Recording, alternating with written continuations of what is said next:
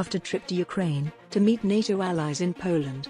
President Joe Biden, fresh from a visit to Kyiv, was set to reaffirm to U.S. allies on Tuesday that the United States is squarely behind Ukraine and committed to bolstering NATO's eastern flank as the anniversary of Russia's invasion approaches. Biden arrived in Warsaw late on Monday after a dramatic visit to Kyiv where he met President Volodymyr Zelensky, who is seeking more weaponry as Ukraine gears up for a spring offensive against the Russians. Biden was due to meet Polish President Andrzej Duda to discuss collective support for Ukraine and thank Warsaw for helping the United States and other countries to deliver military and humanitarian aid.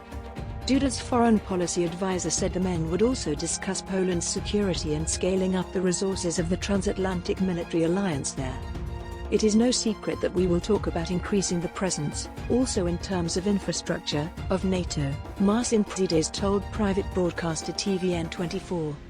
In the evening, Biden will give a speech rallying support for Ukraine as the war enters its second year on February 24 with no end in sight.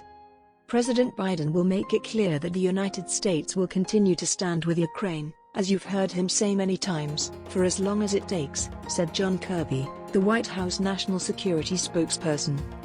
Before returning to Washington on Wednesday, Biden will meet leaders of the Bucharest Nine, the countries on NATO's eastern flank, to reaffirm support for their security. While Biden was in Kyiv on Monday, the State Department announced more support for Ukraine comprising $450 million of artillery ammunition, anti-armor systems and air defense radars, and $10 million for energy infrastructure.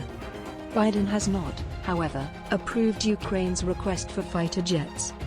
Later this week, the United States will announce additional sanctions against individuals and companies that are trying to evade sanctions and backfill Russia's war machine, a White House spokesperson said. Biden visited Kyiv the day before a major address from Russian President Vladimir Putin, likely to set out aims for the second year of what he now calls a proxy war against the armed might of Washington and NATO.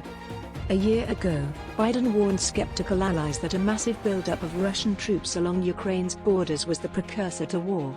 At the time, even some inside his own government questioned Ukraine's ability to withstand an invasion, predicting that the capital would quickly fall. Instead, Ukrainian fighters held Kyiv and have driven Russia back out of some of the territory it seized in the early weeks of the war, helped by large quantities of Western weapons, ammunition and equipment. The United States has sent more than $24 billion in security assistance, but U.S. officials say the war may continue for many months or even years. That's today's latest news. Don't forget to subscribe, like, and comment so that this channel can continue to exist. Thank you for listening to the end and I hope it's useful.